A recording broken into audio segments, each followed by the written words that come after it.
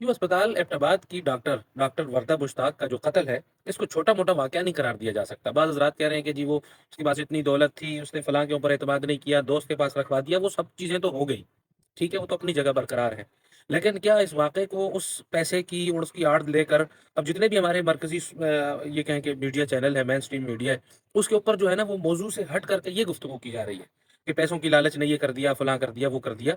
अब आप ज़रा वाक़यात को जोड़ें, इसकी सारी उसको वाक़यात के नुक्ते डॉट से डॉट मिलाएँ तो आपको अंदाज़ा होगा कि ये किसी एक जगह से मुजरिमाना गफ़लत नहीं हुई, बल्कि ये पूरा एक प्री प्लान किस्म का एक मामला था और उस मामले को इस हद तक, इस नज़ाकत तक ले जाया गया कि फिर आखिर ये काम हुआ।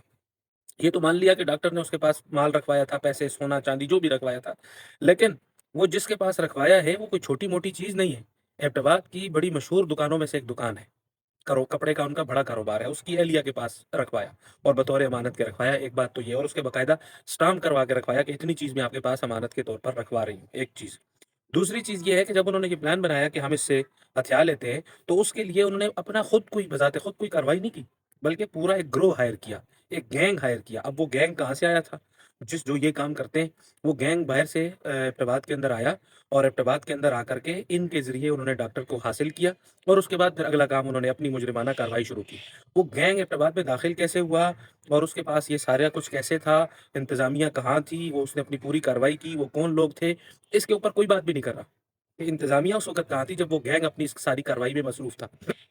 फिर उसके बाद उस गैंग इब्तिदाई तौर पर ही जो राय ये मिलती है कि इस खातून को जिस वक़्त पकड़ा गया तो कुछ लोगों की सिफ़ारिश पर उस खातून को छोड़ दिया गया कि कोई ऐसा वो नहीं। बाद में ख़ैर फिर उन्होंने पकड़ लिया। लेकिन उसका शौहर उसको बिल्कुल इससे बरी-ओ-ज़िम्मा करार दिया जा रहा है। इसको भी आप उसको मिलाएँ। क्या वो खातून की अकेली उन गैर मर्दों के साथ उसका कोई राब्ता था कि वो उसने उन मर्दों को हायर किया था और मुजरिमाना कार्रवाई के अंदर इसको शरीक किया था।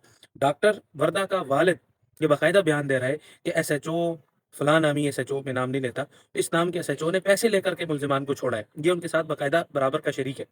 तो क्या आप इस डाँट को भी आप उसके साथ मिला लें। तो पूरा गैंग था, फिर उस वो गैंग ये कार्रवाई करके एबटाबाद से एक आदमी उनका निकल के चला गया और पुलिस सोई रही, इंतज़ामिया सोई रही। अब लोग कह रहे हैं कि इंतज़ामिया को कसूरवार ना ठहराएँ, तो भई किसको कसूरवार ठहराएँ? डॉक्टर को, कि वो क्यों उसने बचपन में एक सैली क्यों बनाई थी? उसके ऊपर एतमाद क्यों किया था?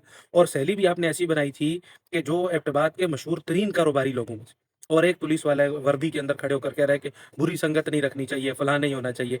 इस मौके के ऊपर आप इस किस्म की गुफ्तगू कर रहे हैं कि बुरी संगत नहीं रखनी चाहिए। इन सारे डॉट से डॉट मिलाएँ कि इतनी बड़ी ये कार्रवाई हुई, ये पूरा एक जाला तना गया उस डॉक्टर के कत्ल के लिए और उस जाले के अंदर इसको फँसाया गया और फिर इसको आखिर कत्ल किया गया, तो किसी के ऊपर तो ज़िम्मेदारी डालनी पड़ेगी ना।